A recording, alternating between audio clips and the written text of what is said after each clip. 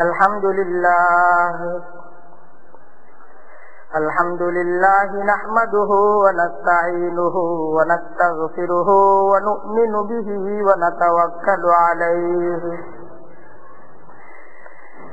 ونعوذ بالله من شرور أنفسنا ومن سيئات أعمالنا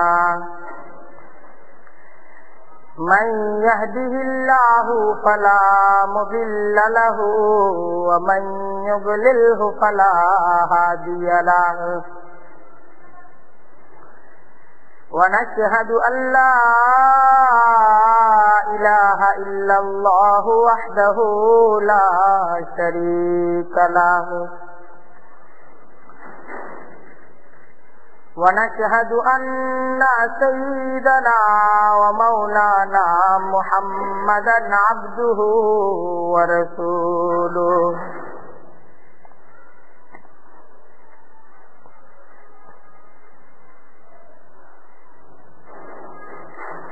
أما بعد فأعوذ بالله من الشيطان الرجيم بسم الله الرحمن الرحيم يا أيها الذين آمنوا لا تقدموا بين يدي الله ورسوله واتقوا الله إن الله سميع عليم صدق الله العظيم وصدق رسوله النبي الكريم ونحن على ذلك من الشاهدين والشاكرين والحمد لله رب العالمين سبحانك لا علم لنا إلا ما علمتنا إنك أنت العليم الحكيم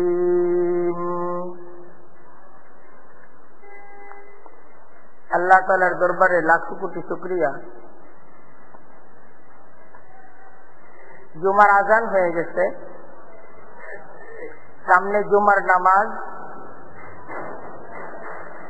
খুবই ফজিলতপূর্ণ সময়। তিনি আলোচনার এক বরকতপূর্ণ পরিবেশে তিনি আমাদেরকে একত্রিত হওয়ার তৌফিক দান করেছেন। দিল খুলে আল্লাহ তাআলার দরবারে শুকরিয়া আদায় করে বলি আলহামদুলিল্লাহ।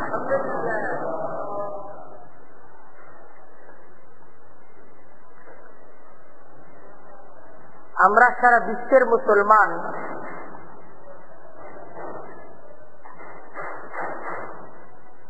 নবী করিম সাল্লাল্লাহু আলাইহি ওয়াসাল্লামকে ভালোবাসি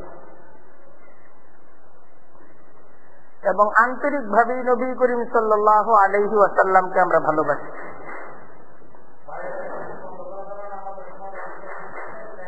একজন মুসলমান তার অন্তরের মাঝে তার ভালোবাসায় নবী করিম সাল্লাল্লাহু আলাইহি ওয়াসাল্লামের ভালোবাসার মাঝে কোনো দুর্বলতা থাকবে, এটা হইতেই পারে না।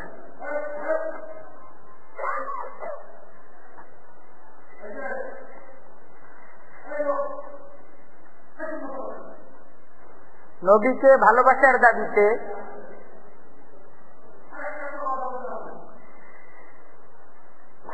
কাউকে মিথ্যাবাদী বলাটা অন্যায়। এই কথাটা বলা ঠিক না, কারণ ঈমান মানেই ভালোবাসা।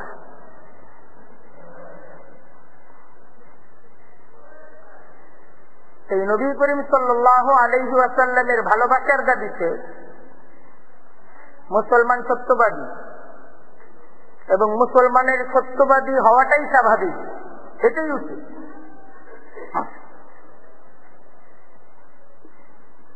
কিন্তু এখানে একটা ভাবার বিষয় হলো যে নবী করিম সাল্লাল্লাহু আলাইহি ওয়াসাল্লামকে আমরা যে ভালোবাসি, মুসলমানরা যে ভালোবাসে, এই ভালোবাসাটা তো আল্লাহ তাআলার একটা হুকুমও বটে। এখন কথা হলো, নবীকে ভালোবাসার যে হুকুম আল্লাহ আমাদেরকে দিয়েছেন,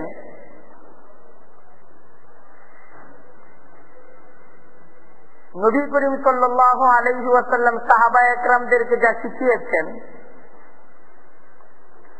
এবং নবীর প্রতি যে ভালোবাসাটা ছিল সাহাবায়ে একরামদের, আমাদের ভালোবাসা কি সেই ভালোবাসা? আমরা কি সেই ভালোবাসার প্রতিনিধিত্ব করছি, না আমাদের ভালোবাসাটা এটা নিজেদের তৈরি করা ভালোবাসা?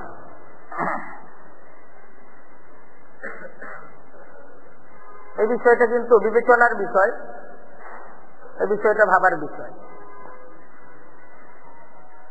ভালোবাসাটা একটা হুকুম, সেই সাথে ভালোবাসার একটা তরিকা, এই তরিকাটাও কিন্তু ইসলামে শিখিয়ে দেওয়া হয়েছে যে এইভাবে ভালোবাসতে হবে। এখানে একটা বিষয় হলো, পৃথিবীর অন্যান্য ধর্মের দাবিদাররা, যেমন খ্রিস্টান সম্প্রদায়ের লোকেরা, এরা কিন্তু যিশুকে ভালোবাসে, যিশু খ্রিস্টকে তারা ভালোবাসে। যেমন একজন হিন্দু, যে হিন্দু ধর্মাবলম্বী, সে রামকে ভালোবাসে, কৃষ্ণকে ভালোবাসে। আমরা যেমন আমাদের নবীকে নিয়ে বিদ্রুপ এটা সহ্য করতে পারি না, আমাদের ধর্মকে নিয়ে কেউ যদি কটাক্ষ করে,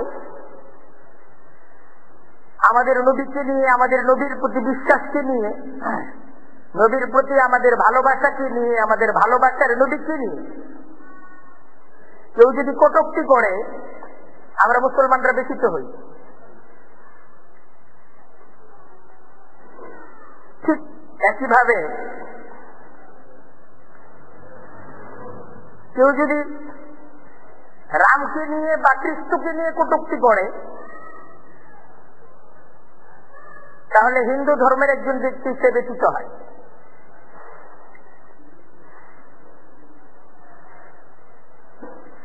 যিশুকে নিয়ে কেউ যদি কটূক্তি করে, যিশুকে নিয়ে কেউ যদি বিদ্রুপ করে, খ্রিস্টান ধর্মের একজন ব্যক্তি এটাকে সহজভাবে মেনে নিতে পারে না, মেনে নিবে না। একজন ব্যক্তি যে হিন্দু, তার হিন্দুত্বের দাবি হলো এই যে সে রামকে, কৃষ্ণকে ভালোবাসবে। যার মাঝে রামের ভালোবাসা নাই, কৃষ্ণের ভালোবাসা নাই, সে আবার কেমন হিন্দু? এই খ্রিস্ট ধর্মেরও দাবি যে একজন খ্রিস্টান সে যিশুকে ভালোবাসে। যার যিশুর প্রতি ভালোবাসা নেই, সে কেমন খ্রিস্টান? ঠিক একজন মুসলমান সে তার নবীকে, নবী মুহাম্মদুর রাসূলুল্লাহকে ভালোবাসবে। যদি একজন মুসলমান কিন্তু তার মাঝে নবীর ভালোবাসা নাই, তাহলে সে কেমন মুসলমান? সে তার নবীকে নিয়ে কেউ কটাক্ষ করলো, তার নবীকে নিয়ে কেউ বিদ্রুপ করলো, তার ভালোবাসার নবীকে আক্রান্ত করা হলো, কিন্তু একজন মুসলমান সে আঘাতে সে ক্ষত বিক্ষত হলো না, তার ভালোবাসার উপর কোনো আঘাত আসলো না, তাহলে ঈমানের দাবিতে সে দুর্বল।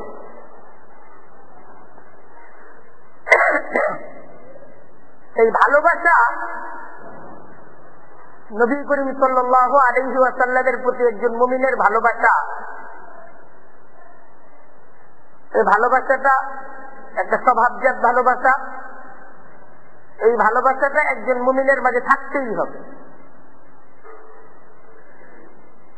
এবং পৃথিবীর মুসলমানরা তারা তাদের নবীর প্রতি এই ভালোবাসা রেখে থাকে, তাদের নিজ নবীর প্রতি এই ভালোবাসাটা মুসলমানদের আছে, আছে না?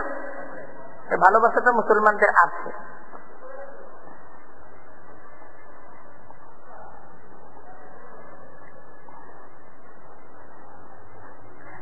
এখন কথা হলো, বুঝার বিষয় হলো যে আমরা আমাদের নবীকে ভালোবাসি, খ্রিস্টানরা যিশুকে ভালোবাসে, হিন্দুরা ভালোবাসে রাম এবং কৃষ্ণকে, সবাই যার যার ধর্মগুরুকে ভালোবাসে। তাই একজন খ্রিস্টানের যিশুর প্রতি যে ভালোবাসা, একজন হিন্দুর যে রাম কৃষ্ণের প্রতি ভালোবাসা, একজন মুমিনের মুহাম্মদুর রাসূলুল্লাহর প্রতি ভালোবাসা, এটা কি একই রকম হবে না? ইসলামের ভালোবাসাটা ভিন্ন রকম। ইসলামের ভালোবাসাটা ভিন্ন রকম। ওরাও ভালোবাসে, হিন্দুদের রামকৃষ্ণের প্রতি ভালোবাসা একরকম, আমাদের আমার নবীর প্রতি ভালোবাসা ভিন্ন রকম, ওই রকম না। খ্রিস্টানদের যিশুর প্রতি ভালোবাসা ওই ভালোবাসা, আর আমাদের যে আমাদের নবীর প্রতি ভালোবাসা, ভালোবাসি সবাই, কিন্তু ভালোবাসাটা একরকম না। আবার ইসলামের হুকুমও ওই একরকম ভালোবাসা না। ইসলামের হুকুমের ক্ষেত্রেও কি আছে? ভিন্নতা আছে।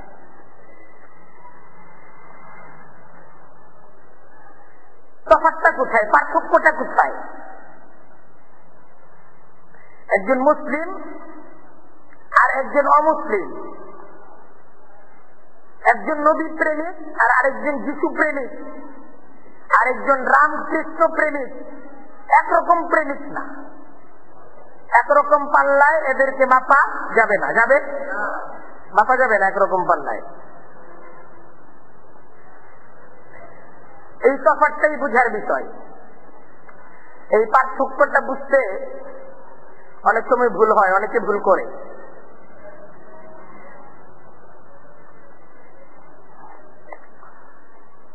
পার্থক্যটা কোথায় দেখেন, একজন হিন্দু কিন্তু রামকৃষ্ণকে ভালোবাসে, একজন খ্রিস্টান সে যিশুকে ভালোবাসে। এটা শুধুই একটা ভালোবাসা। যিশুকে কেউ কটাক্ষ করলে সে আঘাতপ্রাপ্ত হয়, সে জ্বলে উঠে, সে উত্তেজিত হয়। রামকৃষ্ণকে কেউ ব্যঙ্গ করলে সে উত্তেজিত হয়, সে জ্বলে উঠে। ভালোবাসার স্তরটা এই পর্যন্তই। একজন হিন্দু তার জীবনে রামকৃষ্ণের অনুসরণ করে না, একজন খ্রিস্টান তার জীবনে যীশু খ্রিস্টকে অনুসরণ করার বিষয়টাকে প্রাধান্য দেয় না। একজন খ্রিস্টান এই বিষয়টাকে বিবেচনা করে না যে যীশু কিভাবে, যীশুর খাবার দাবার কেমন ছিল, যীশুর চলন বলন কেমন ছিল,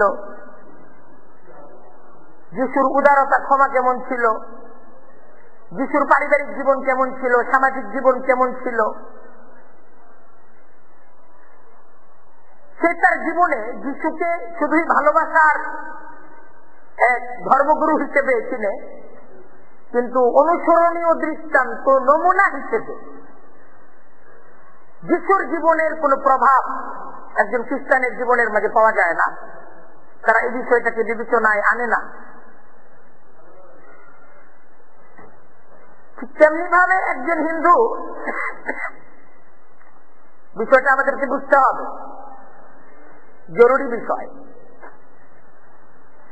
যে একজন হিন্দু সে রামকৃষ্ণকে ভালোবাসে, কিন্তু তার কাছে রামের ইতিহাস, রামের জীবন, রামের সাধনা কোনো কিছুই তার কাছে সংরক্ষিত আকারে নেই। রামের চলাফেরা কেমন ছিল, কৃষ্ণের খাওয়া দাওয়া কেমন ছিল, তার উদারতা ক্ষমা কেমন ছিল, তার পারিবারিক সামাজিক জীবন কেমন ছিল, ব্যক্তিগত জীবনে সে কেমন ছিল, এই সমস্ত বিষয়গুলোর অনুকরণ অনুসরণ সে করে না। এবং এটা নিয়ে আলাদাভাবে কোনো শিক্ষা, আলাদাভাবে এই বিষয়টাকে সংরক্ষণ করার কোন ধারা, এটাও হিন্দু সমাজের মাঝে আমরা যতটুকু হিন্দু সমাজ সম্পর্কে জানি পাওয়া যায় না। কিন্তু একজন মুসলমান তার যে তার নবীর প্রতি ভালোবাসা, এই ভালোবাসাটা তার নবীর প্রতি কেউ যদি কটাক্ষ করে, কেউ যদি তার নবীকে নিয়ে ব্যঙ্গ করে, সে জ্বলে উঠে, সে উত্তেজিত হয়, সে ব্যথিত হয়, এই পর্যন্তই তার ভালোবাসাটা সীমাবদ্ধ না, বরং এই ভালোবাসাটা তাকে বহুদূর পর্যন্ত নিয়ে যায়। ইসলামে ভালোবাসার আলামত, ভালোবাসার শর্ত, ভালোবাসার মঞ্জিল নির্ধারিত করা হয়েছে অনুসরণ। ইসলামে একজন ব্যক্তি ইবাদত করবে আল্লাহর, আর তার মুর্শিদ হল রাসূলুল্লাহ সাল্লাল্লাহু আলাইহি ওয়াসাল্লাম। যে সে শুধু নবী করিম সাল্লাল্লাহু আলাইহি ওয়াসাল্লামকে ভালোবাসে, তার ভালোবাসাটা হলো এই যে নবী করিম সাল্লাল্লাহু আলাইহি ওয়াসাল্লামকে সে তার জীবনের মুর্শিদ হিসেবে, পথ প্রদর্শক হিসেবে সে গ্রহণ করে নিয়েছে, যে আমার জীবন, আমার জীবনের ব্যক্তিগত জীবনে, পারিবারিক জীবনে, সামাজিক জীবনে আমি মুর্শিদ হিসেবে, পথ প্রদর্শক হিসেবে, আমি নমুনা হিসেবে, আমার আইডল হিসেবে আমি নবী করিম সাল্লাল্লাহু আলাইহি ওয়াসাল্লামকে গ্রহণ করে নিলাম। আমার নবীকে যদি দেখতে চাও, আমার জীবনকে দেখো, আমার জীবনের পরতে পরতে তুমি আমার নবীর অনুসরণ অনুকরণ দেখতে পাবে। ইসলামের হুকুমও এটা। قل إن كنتم تحبون الله فاتبعوني يحببكم الله إن كنتم تحبون الله فاتبعوني يحببكم الله। আল্লাহ নবীকে বলতেছেন, কুল নবী আপনি আমার বান্দাদেরকে বলে দিন, ইন কুনতুম তুহিব্বুন আল্লাহ, যদি আল্লাহকে তোমরা ভালোবাসো, ফাত্তাবিউনি তোমরা আমার অনুকরণ, আমার অনুসরণ করো, ইউহিব্বুকুমুল্লাহ যদি আমার অনুকরণ, আমার অনুসরণ করো, ইউহিব্বুকুমুল্লাহ তাহলে আল্লাহ তোমাদেরকে ভালোবাসবেন, আল্লাহর ভালোবাসা পেয়ে যাবে। ইয়া আইয়ুহাল্লাযীনা আমানু আতিউল্লাহ ওয়া আতিউর রাসূলা ওয়া লা তুবতিলু আমালাকুম। ইয়া আইয়ুহাল্লাযীনা আমানু, আল্লাহ ডাকতেছেন কাদেরকে? হ্যাঁ ঈমানদারেরা। কাদেরকে ডাকতেছেন? আরে উত্তর দেন না, কাদেরকে ডাকতেছেন? ঈমানদারেরা ডাকতেছেন, মানে যারা বলে যে আমরা ঈমানদার, যারা এই কথা বলে আমরা কি ঈমানদার। আমরা সবাই বলি না আমরা ঈমানদার, বলি কিনা? আমাদের কি ডাকতেছে এটা বুঝতে হবে, একদম আমাদেরকে বলতেছে। কি বলতে চান আল্লাহ আমাদেরকে? আতিউল্লাহ ওয়া আতিউর রাসূল, তোমরা আল্লাহ আল্লাহর রাসূলের তোমরা আনুগত্য করো, অনুসরণ করো, ইত্তেবা করো। জীবনের সমস্ত কাজে আল্লাহ আল্লাহর রাসূলের অনুকরণ করো।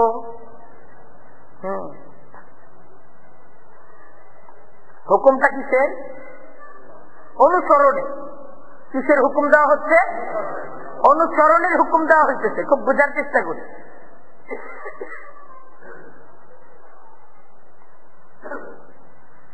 এবং বলা হইতেছে আতিউ, মানে আতিউ এই শব্দটা হলো সবার জন্য ব্যবহৃত হয়, বহু বছর। তোমরা সবাই, আতিউ মানে কি? তোমরা, এই তোমরা সবাই ঈমানদারেরা, তোমরা সবাই আতিউর রাসূল, রাসূলের আনুগত্য করো। এমন না যে তোমাদের মাঝে প্রত্যেক পরিবারের একজন করে তোমরা রাসূলের অনুসারী হও। এটা না, তোমরা সবাই একদম পরিপূর্ণ ভাবে রসুলের আনুগত্যকারী হয়ে যাও। এরকম না যে মসজিদের যিনি ইমাম সাহেব উনি তো রসুলের আনুগত্যকারী হবেন। ইমামদের রসুলের একদম 100% আনুগত্য করতে হবে। আমরা যারা মুসল্লি আমরা 30%, 40%, 50% বয়স অনুযায়ী রসুলের আনুগত্য করলেই চলবে। যার বয়স 20 বছর সে 20%, 30 বছর হবে তো 30%, 40 বছর বয়সে 40% আনুগত্য করবে, 100 বছর বয়সে 100% আনুগত্য করবে। এরকম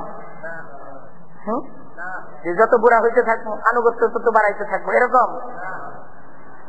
এরকম না যে পরিবারে আপনি যেহেতু আব্বা আপনি একদম 100% আনুগত্য করতে হবে, আমি তো ছেলে আমার 100% আনুগত্য করতে হবে না, এমন। আরে না, আমরা যেরকম বুঝতেছি কিনা, হুকুমটা কি এরকম? হুকুমটা এরকম একদম পরিবারের বাবা, পরিবারের সন্তান, এখানে আমার সামনে আমি যে বসা, আমি যে বলতেছি আমার উপরে একই হুকুম, আমার প্রতি যে হুকুম, এই জায়গায় আমার সামনে যারা বসা সবার প্রতি কি একই হুকুম। বরং আল্লাহ তাআলার হুকুম যেটা নবীর প্রতি ছিল সাহাবা একরামদের উপর একই হুকুম ছিল, সবার প্রতি এক হুকুম। এখানে যারা বয়স্ক বৃদ্ধ তাদের জন্য যে হুকুম, যারা যুবক একই হুকুম। এরকম না যে আমরা তো যুবক, যুবকদের জন্য একই হুকুম ইসলাম। আর যে হুকুম হলো ইসলাম প্রত্যেকটা যুবক, প্রত্যেকটা বৃদ্ধ, প্রত্যেকটা পুরুষ, প্রত্যেকটা নারী, প্রত্যেকটা ইমাম, প্রত্যেকটা মুক্তাদি, সমাজের সর্বস্তরের সকল মানুষদেরকে ইসলাম একই হুকুম দিয়েছে। এই সমাজের যারা মুনিব, যারা বিভিন্ন প্রতিষ্ঠানের কর্ণধার, আবার যারা বিভিন্ন প্রতিষ্ঠানের শ্রমিক, এই সমাজের যারা রাজা, এই সমাজের যারা প্রজা, হুকুম কি এক। সকলের প্রতি ইসলামের এক হুকুম, আতিউল্লাহ ওয়া আতিউর রাসূল, যে তোমরা আল্লাহ এবং আল্লাহর রসুলের অনুসরণ অনুকরণ করো। অনুসরণ অনুকরণের মাধ্যমেই তোমার ভালোবাসা কত দূর এটাকে চিহ্নিত করা হবে। ওয়ালা তুবতিলু আমালাকুম, আরেকটা কথা বলতেছে, আর তোমরা তোমাদের আমলগুলোকে নষ্ট করো না। এ কথার অর্থ কি? এ কথার অর্থ হলো যে যেখানেই আনুগত্য হচ্ছে না সেখানেই আমলটা নষ্ট হয়ে যাচ্ছে। আমি যখন আমার কাজটা রাসূলুল্লাহর আনুগত্যে করলাম, রাসূলুল্লাহর অনুসরণে করলাম, আমার এই কাজটা কবুল হয়ে গেল, সুবহানাল্লাহ। আর যখন আমি আমার কাজটাকে রাসূলুল্লাহর অনুসরণে করলাম না, আমার এই কাজটা নষ্ট হয়ে গেল।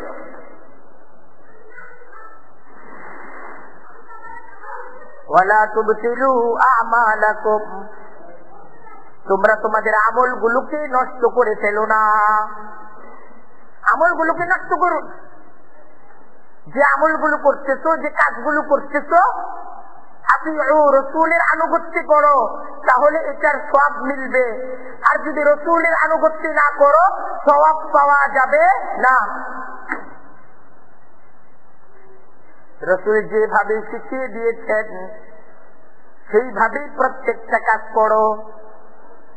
যে কাজটা রাসূল যেভাবে করেছেন সেই কাজটাকে সেইভাবে করো। যে কাজটা রাসূল করেন নাই সে কাজটা তুমি করো না। যে কাজটা রাসূল করেছেন, যেভাবে করেছেন সেইভাবে সেই কাজটাকে করো। যে কাজটা রাসূল করেন নাই সেভাবে করো না। আমি নামাজ পড়বো, তো নামাজটা যেভাবে রাসূল পড়েছেন সেইভাবে নামাজটা পড়তে হবে, তাহলে এই নামাজ পড়াটার সওয়াব পাওয়া যাবে, এই নামাজ পড়াটা ইবাদত হবে, ঠিক না? আর যখন এই নামাজটা আমি আমার মন গড়া পদ্ধতিতে পড়বো, এই নামাজটা নামাজ হবে, এটাই কথা।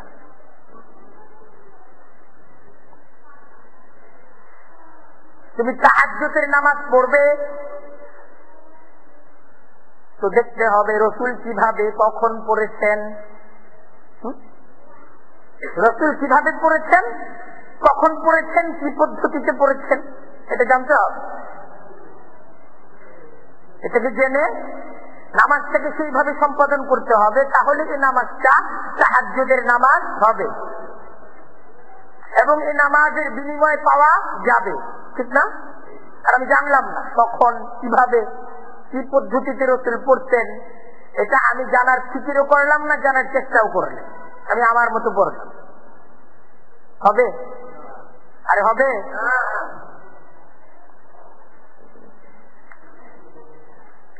দেখেন, এখানেই ইসলাম আর অন্য ধর্মের মাঝে পার্থক্যটা এখানে। একজন মুসলিম আর একজন হিন্দু আর একজন খ্রিস্টান, তার মাঝে এখানে হলো পার্থক্যটা ঠিক এই জায়গায়। একজন খ্রিস্টান সে যিশুকে ভালোবাসে, কিন্তু তার অনুসরণের কথা ভাবে না, এটার কোন গুরুত্ব খ্রিস্ট ধর্মে নাই। একজন হিন্দু সে রামকৃষ্ণকে ভালোবাসে, কিন্তু তার অনুকরণ অনুসরণের কথা ভাবে না, এটা তার ধর্ম না, তার ধর্ম শুধু ভালোবাসার ধর্ম। যদি ইসলাম তার জীবনের সকল ক্ষেত্রে নবী করিম সাল্লাল্লাহু আলাইহি ওয়াসাল্লামকে পথ প্রদর্শক এবং মুর্শিদ হিসাবে মানে, তার অনুকরণ অনুসরণ করে, এটা হলো মুসলমানের ধর্ম।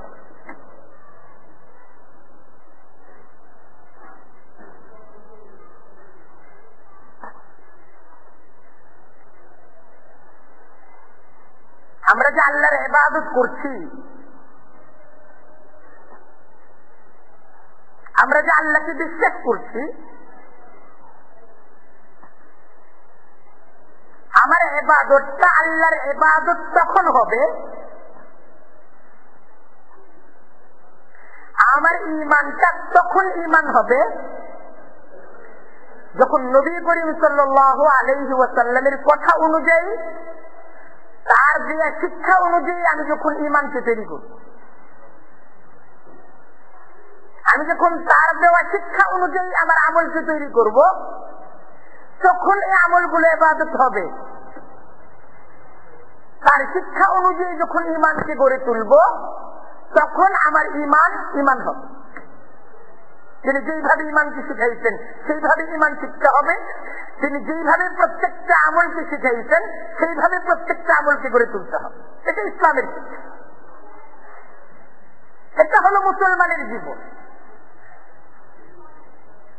মুসলমানের জীবনটা অনুকরণ অনুসরণের জীবন। মুসলমান মানেই সে মুত্তাবিআ, মুসলমান মানেই সে একজন অনুসরণকারী। দেখেন ইসলামের হুকুম, ইয়া আইয়ুহাল্লাযীনা আমানু লা তুকদ্দিমু বাইনা ইয়াদাইল্লাহি ওয়া রাসূলিহি ওয়াত্তাকুল্লাহ ইন্নাল্লাহা সামিউন আলীম। লা তুকদ্দিমু,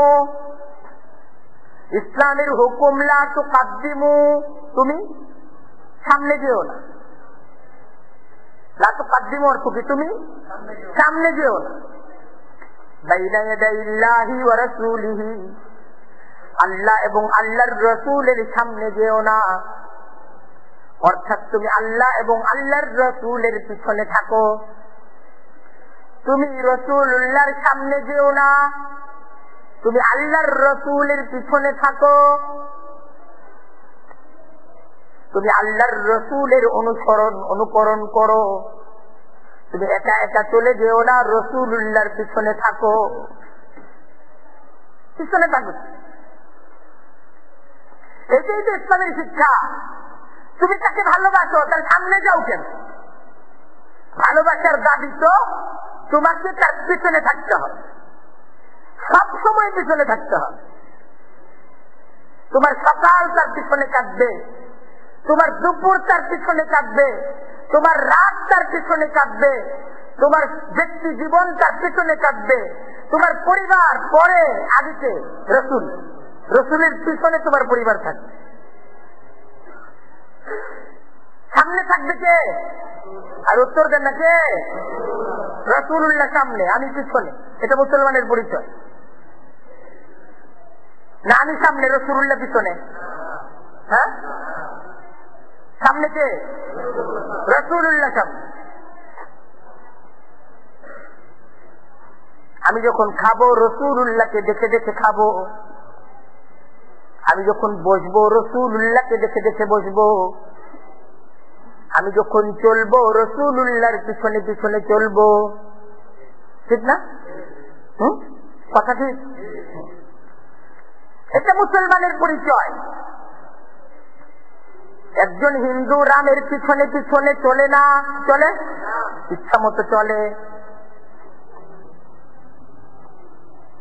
সে শুধু রামকে ভালোবাসে, কিন্তু পিছনে পিছনে চলে না। একজন খ্রিস্টান যিশুকে ভালোবাসে, কিন্তু যিশুর পিছনে পিছনে চলে না, চলে। কিন্তু একজন মুসলিম রাসূলুল্লাহকে ভালোবাসে, সে রাসূলুল্লাহর পিছনে পিছনে চলে। সব কাজে, সব কাজে আমি রাসূলুল্লাহর পিছনে, সামনে না। এই কাজটা রাসূলুল্লাহ যেভাবে করেছেন আমি তার পিছনে, অর্থাৎ আমি দেখব, সেইভাবে করি। যেইভাবে করছেন ওইভাবে করি।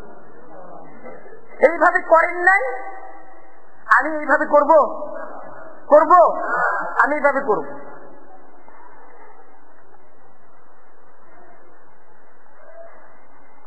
এই একজন মুসলিম, তাকে রাসূলুল্লাহর জীবনটা জানতে হবে তো। কারণ মুসলিম তো অনুসারী। মুসলমানের অর্থই যে সে রাসূলুল্লাহর অনুসারী। জীবনের সকল ক্ষেত্রে সে রাসূলুল্লাহকে মুর্শিদ মানে, পথ প্রদর্শক মানে।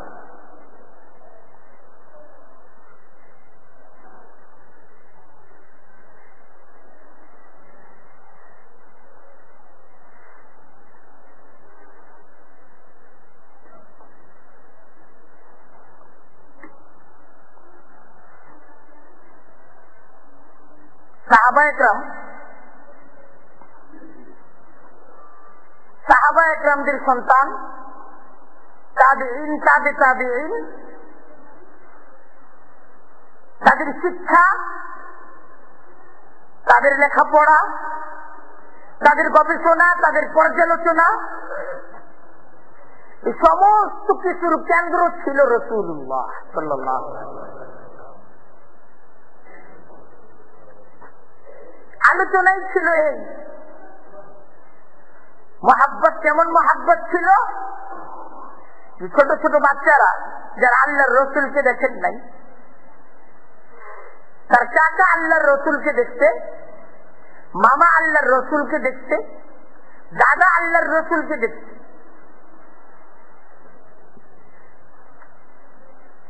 হাদিসের কিতাবগুলোকে খুললে এমন হাজার হাজার দৃষ্টান্তগুলো পাওয়া যায় যে কেমন ছিল তাদের জীবন,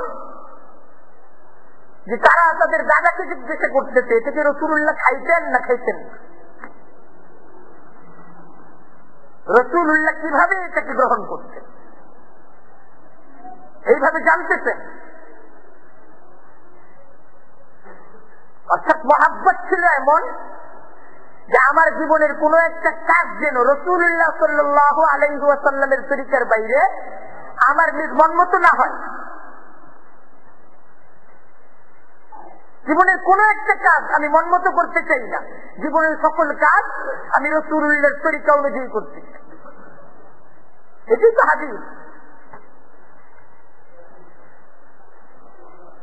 তারা নিজেরা থেকে এইভাবে শিখছেন, নিজ সন্তানদেরকে, নিজ ছাত্রদেরকে এইভাবেই শিখাইছে। তারা তাদের পরবর্তী প্রজন্মকে এইভাবেই শিখাইছে। এইভাবেই একটা সময় এইসবকে শুধু শিখাইছেন তা না, এইসবকে লিখে লিখে শিখাইছে। আল্লাহর রসুলের জীবনগুলো বাবা সন্তানকে শুধু মুখে বলেন নাই, লেখা লিখে শিখেছে যে আমি রাসূলুল্লাহকে এরকম দেখছি, লেখো, এটাকে মুখস্থ কর।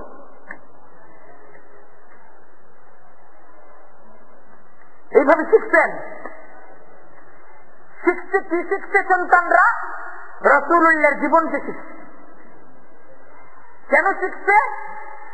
আমাকে তো সেই রঙে রঙিন হইতে হবে, তার ভালোবাসা, এটার উপর আমার জীবনকে গড়ে তুলতে হবে, তার অনুকরণ, তার অনুসরণের জীবন আমাকে গড়ে তুলতে হবে, তাহলে আমার জীবন সফল। আমার জীবনের যে কাজটা রাসূলুল্লাহর তরিকার বাইরে হলো, সেই কাজটা তো নষ্ট হয়ে গেল, এটার কোনো প্রতিদান পাওয়া যাবে। এটাই ছিল ফিকির।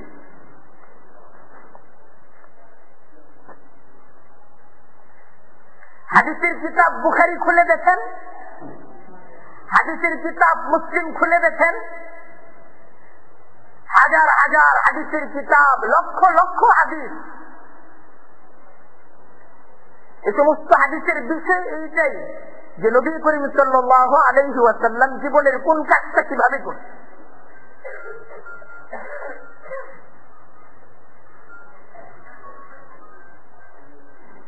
এটা সাহাবা একরামদের রেখে যাওয়া আমানত, এটা তাবিঈদের রেখে যাওয়া আমানত, এটা আমাদের মুরব্বী পীর মাশায়েখ তাদের রেখে যাওয়া আমানত।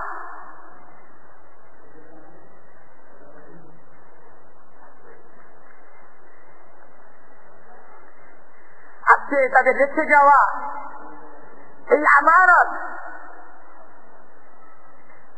এই আমানতটা এখনো আছে, কিন্তু আমরা তার সাথে সম্পৃক্ত না, আমরা তার থেকে দূরে সরে এসেছি।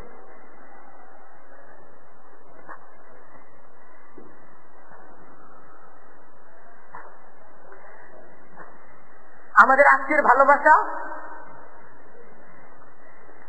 এটা নিছক শুধু ভালোবাসায় রূপান্তরিত হয়েছে।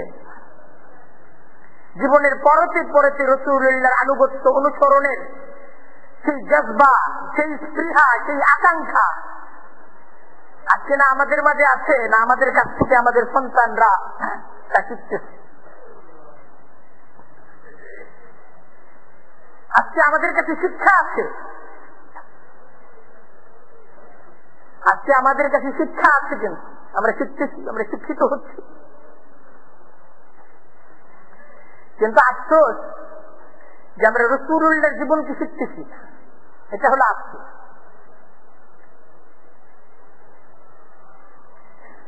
অথচ ইসলাম মুসলমানদেরকে রাসূলুল্লাহর জীবন শিক্ষা দেয়। ইসলাম বলে তোমরা রাসূলুল্লাহর জীবনকে শিখো।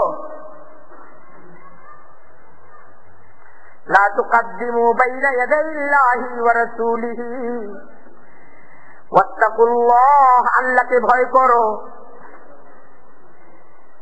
লা তুকদ্দিমু বাইনা ইয়াদাইল্লাহি ওয়া রাসূলিহি, আল্লাহ এবং তার রাসূলের পিছনে থাকো, সামনে অগ্রসর হয়ো না।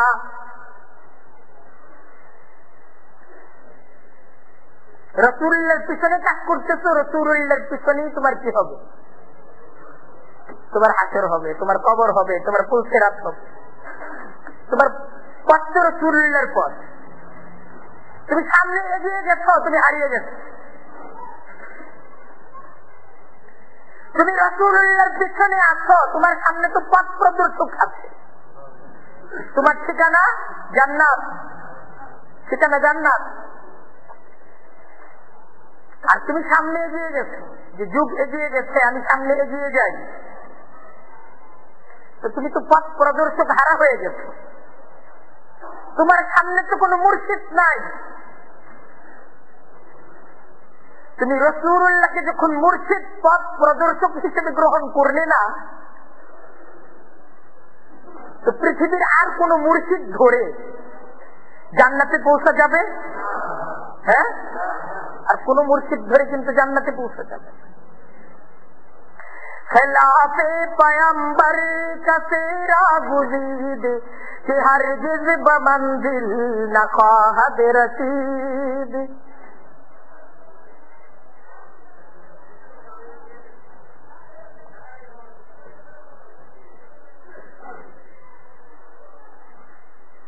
खिलाफे पैगंबर का तेरा गुजीद कि हरगिज बमंजिल न ख्वाह रसीद। কিয়ামত পর্যন্তের জন্য আল্লাহ তাআলা সকল ভূখণ্ডের সকল মানুষের, সকল বর্ণের মানুষের জন্য এক মুর্শিদ আল্লাহ তার তরফ থেকে নির্ধারিত করে দিয়েছেন। যারা আমাকে চাও, যারা আমার কাছ থেকে জান্নাত চাও, রাসূলুল্লাহকে মুর্শিদ হিসেবে গ্রহণ করে নাও। এখন রাসূলুল্লাহকে বাদ দিয়ে যদি পূর্ববর্তী কোন নবীকে মুর্শিদ গ্রহণ করো, আমার জান্নাতে পৌঁছা যাবে না। পরবর্তী কোন ব্যক্তি সে যত দার্শনিক হোক, যত বৈজ্ঞানিক হোক, যত বড় অবদান, যত বড় ক্ষমতা, যত বড় বৃত্তের অধিকারী হোক, তুমি মুর্শিদ গ্রহণ করতে পারো কিন্তু জান্নাতে পৌঁছতে পারবে না। সে মুর্শিদের ক্ষমতা নেই তোমাকে জান্নাত পর্যন্ত পৌঁছে দিতে পারবে। আজকে প্রয়োজন আমাদের জন্য, আজকে আমাদের ভুলে যাওয়া ইতিহাস, এটাকে জানা প্রয়োজন। আমাদের ভুলে যাওয়া রাসূলুল্লাহর সিরাত, এটা জানা প্রয়োজন। আমাদের শিক্ষা প্রয়োজন রাসূলুল্লাহ সাল্লাল্লাহু আলাইহি ওয়াসাল্লামের জীবন, জীবনের প্রত্যেকটা কাজ, প্রত্যেকটা কর্ম কেমন ছিল এটা শিখা দরকার। আমার জীবন, আমার ব্যক্তিগত জীবন, আমার পরিবার, আমার সমাজ, এই সমস্ত কিছুকে রাসূলুল্লাহর রঙে রাঙিয়ে তোলা, এটা আজকে আমাদের জন্য জরুরি বিষয়।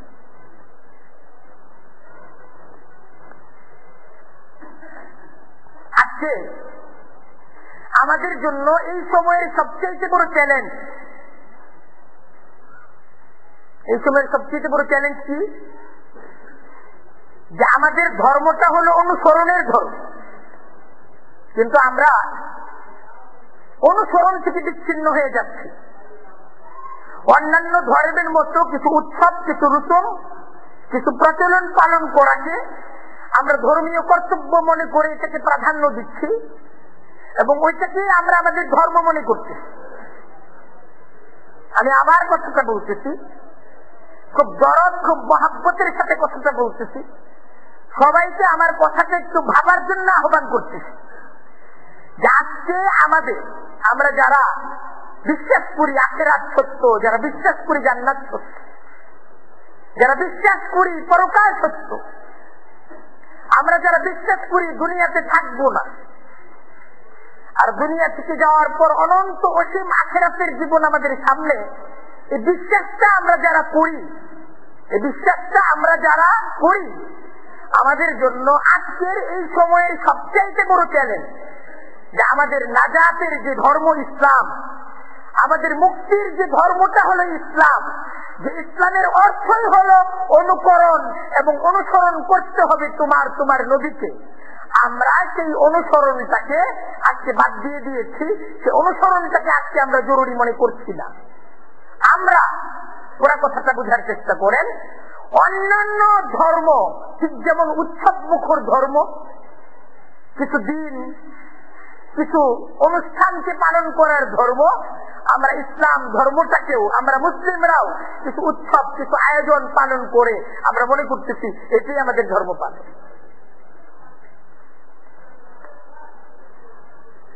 এর চাইতে বড় আফসোস, এর চাইতে বড় চ্যালেঞ্জ হলো এই, এবং এর চাইতে বড় ভয়াবহ বিষয়টা হলো এই, আজকে আমাদেরকে দাওয়াত দেওয়া হচ্ছে, আমাদেরকে, আমরা যারা আছি আজকে আমাদের প্রতি এই দাওয়াতটা আসতেছে, আমরা যেন সবার মতো হয়ে যাই, আমরা যেন এমন সমস্ত কাজগুলোকে পরিহার করি যা আমাকে ভিন্ন জাতি হিসেবে পরিচয় করিয়ে দেয়, যে সবার মতো হোক।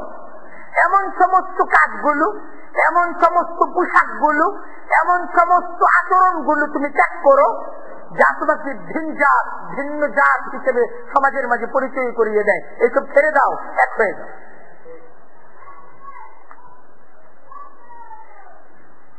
এরকম দাওয়াত নাই? অনেকে মনে হয় পাচ্ছে না, আছে না? এরকম একটা দাওয়াত আছে। আরো বড় চিন্তার বিষয় হলো এই দাওয়াতটা রাষ্ট্রীয় ভাবে, এই দাওয়াতটা পৃথিবীর বিভিন্ন মুসলিম দেশগুলোতে মুসলমানদেরকে এই দাওয়াতটা রাষ্ট্রীয় পর্যায়ে দেওয়া হচ্ছে।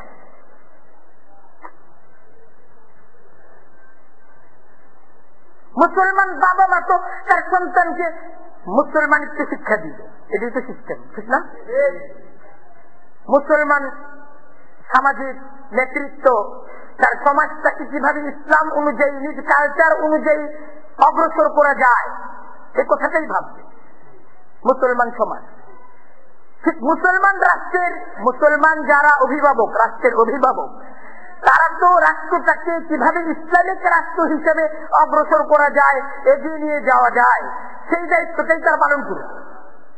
মুসলমান বাবা মার ঠিক যেমন তার ছেলেটার ভবিষ্যৎ, এই ভবিষ্যৎকে গড়ে তোলার, ভবিষ্যতে তাকে অগ্রসর করার যে একটা জিম্মাদারি, মুসলমান বাবা মা তো মনে করে যে তার দুনিয়া এবং আখিরাতের কল্যাণের জিম্মাদারি এটা আমাকে পালন করতে হবে। তাই তাকে জাগতিক শিক্ষার সাথে সাথে ধর্মীয় শিক্ষা দিতে হবে, তাকে তার কায় কারবার শিক্ষা দেওয়ার সাথে সাথে তাকে নামাজ, তাকে তার ধর্ম এটাও শিক্ষা দিতে হবে। তার নবীর অনুসরণ অনুকরণের শিক্ষা তার সামনে উপস্থাপন করতে হবে। এটাই তো সত্যিকারের একজন ন্যায়বিদ, মানে ন্যায় এবং ইনসাফগার পিতামাতার কর্তব্য হওয়া এটা উচিত না? একজন মুসলিম পিতামাতা সে তার সন্তানকে কোরআন শিক্ষা দিল না, দিন শিক্ষা দিল না, এটা কি সে তার সন্তানের উপর ইনসাফ করলো না জুলুম করল? এটা জুলুম। তোমার সন্তানের আজকে এই অবস্থা যে তোমার সন্তান তোমার জানাজায় দাঁড়িয়েছে, সে জানাজের দোয়াগুলো জানেন। এই সন্তানের পিছনে কি কর্তব্য, কি জিম্মাদারিটা তুমি পালন করেছো?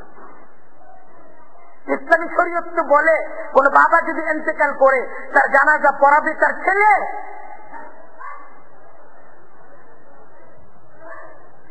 এটি ইসলাম বলে বাবার জানাজা কে পড়াবে? ছেলে পড়াবে, এটি ইসলামের শিক্ষা। আজকে আমাদের এমন কয়েকজন ছেলে আছে যারা আমার জানাজা পড়াতে পারবে? আমি কি অনুমতি দিব আমার ছেলেকে আমার জানাজা পড়াবার? কেমন সন্তান আমি তৈরি করে গেলাম?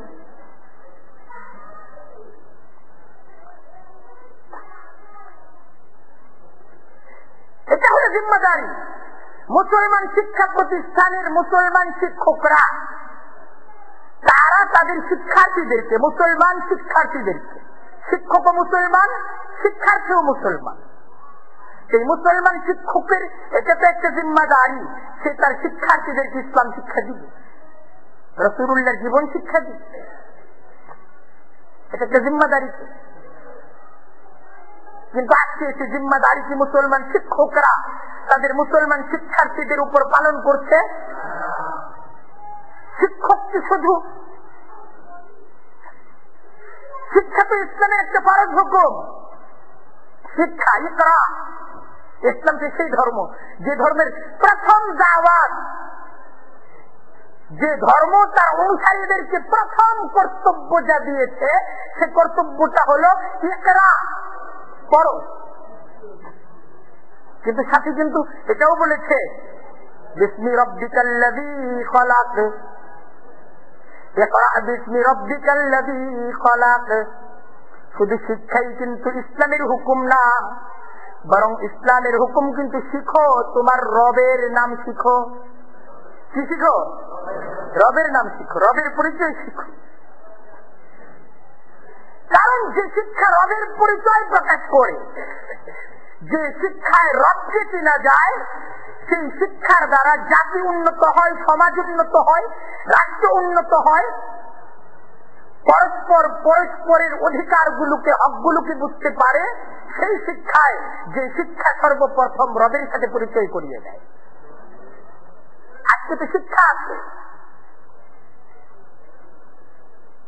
কিন্তু শিক্ষার মাঝে রবের পরিচয় না থাকার কারণ আজকের শিক্ষা আমাদেরকে এগিয়ে দিচ্ছে কিভাবে? আজকে এটা একটা শিক্ষা, যে শিক্ষায় শিক্ষিতরা পরমাণু এমন উন্নত এবং এমন বিধ্বংসী তারা বোমা তৈরি করছে যে এক বোমায় একটা শহরকে ধ্বংস করে দেওয়া যায়।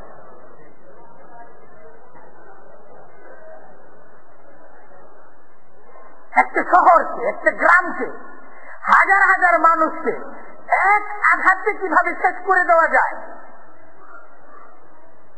আজকে এটা একটা শিক্ষা, এবং এই আবিষ্কার যারা করতেছে তারা আমাদেরকে আইডল। আজকের শিক্ষা তাদেরকে দেখাচ্ছে, দেখো সে পরমাণু আবিষ্কার করেছে, সুতরাং সে আমার দেশের সম্পদ।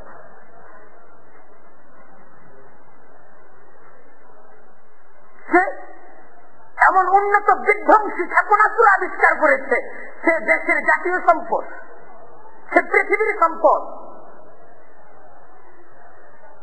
আজকে আমরা তাদেরকে পৃথিবীর সম্পদ হিসেবে দেখতেছি।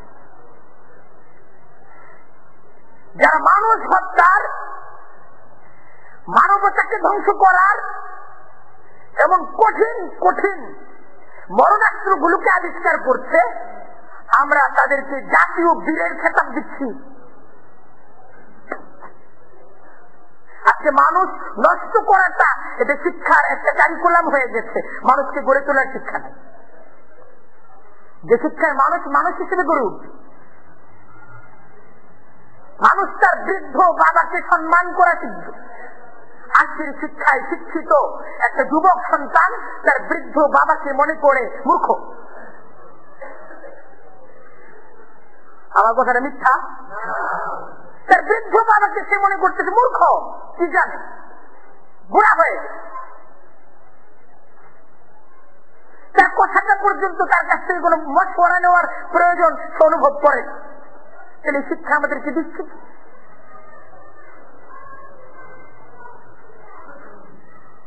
সে বৃদ্ধ বাবাকে সম্মান করাই শিখল না। বৃদ্ধ বাবার খেদমতে জান্নাত, রেজাল ওয়ালিদ, রিজাল ওয়ালিদ। হাদিসের শব্দ হলো আল্লাহর সন্তুষ্টি তোমার পিতার সন্তুষ্টির উপর, বা সাখাতুল্লাহ, আল্লাহর অসন্তুষ্টি তোমার পিতামাতার অসন্তুষ্টির উপর। তুমি তোমার পিতামাতাকে অসন্তুষ্ট করে আল্লাহকে সন্তুষ্ট করতে পারবা না। আল্লাহকে যদি সন্তুষ্ট করতে চাও, তুমি তোমার পিতামাতাকে সন্তুষ্ট করো।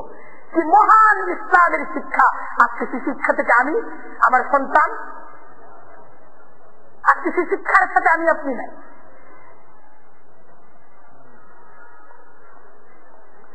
আজকের আফসোস, একটা সময় পর্যন্ত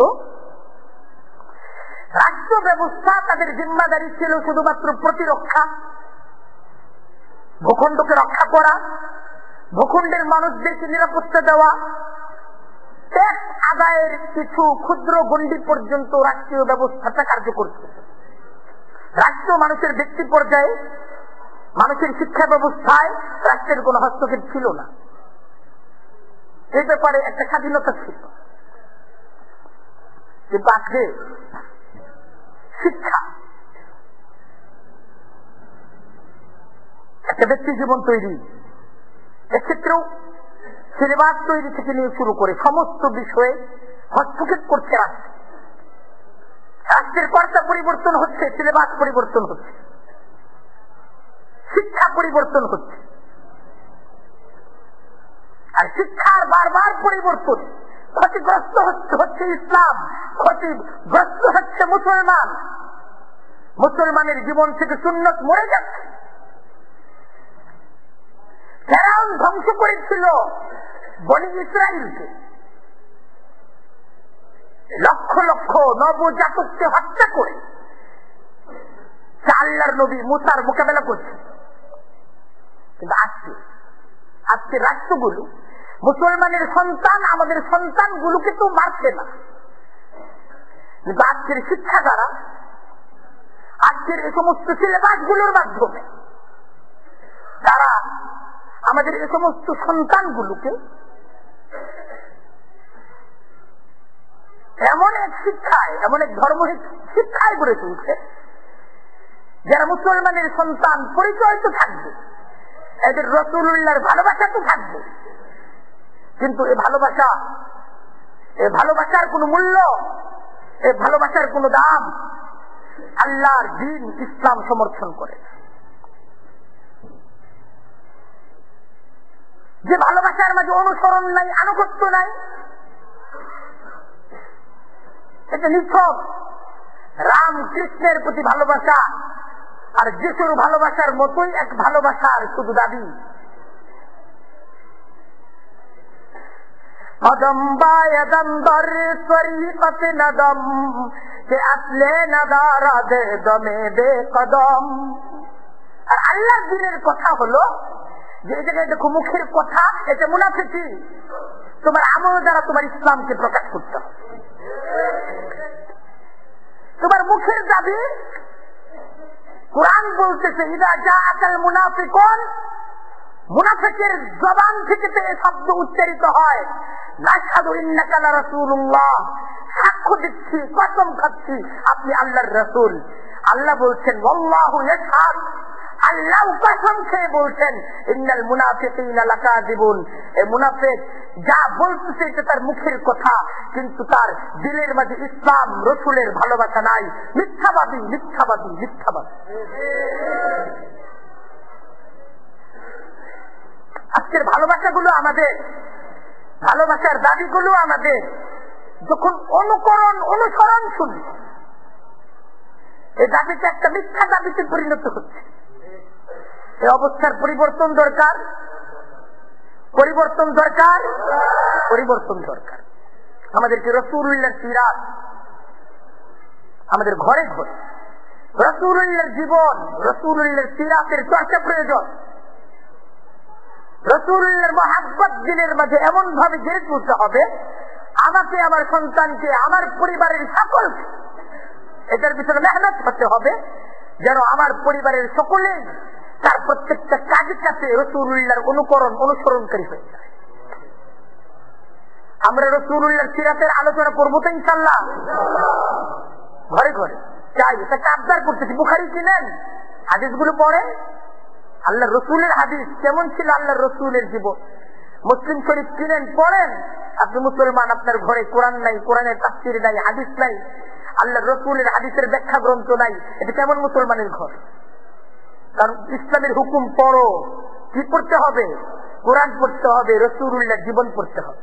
আল্লাহ তাআলা আমাদেরকে তৌফিক দান করুক। ওয়া আখিরু দাওয়ানা আনিল হামদুলিল্লাহি রাব্বিল আলামিন।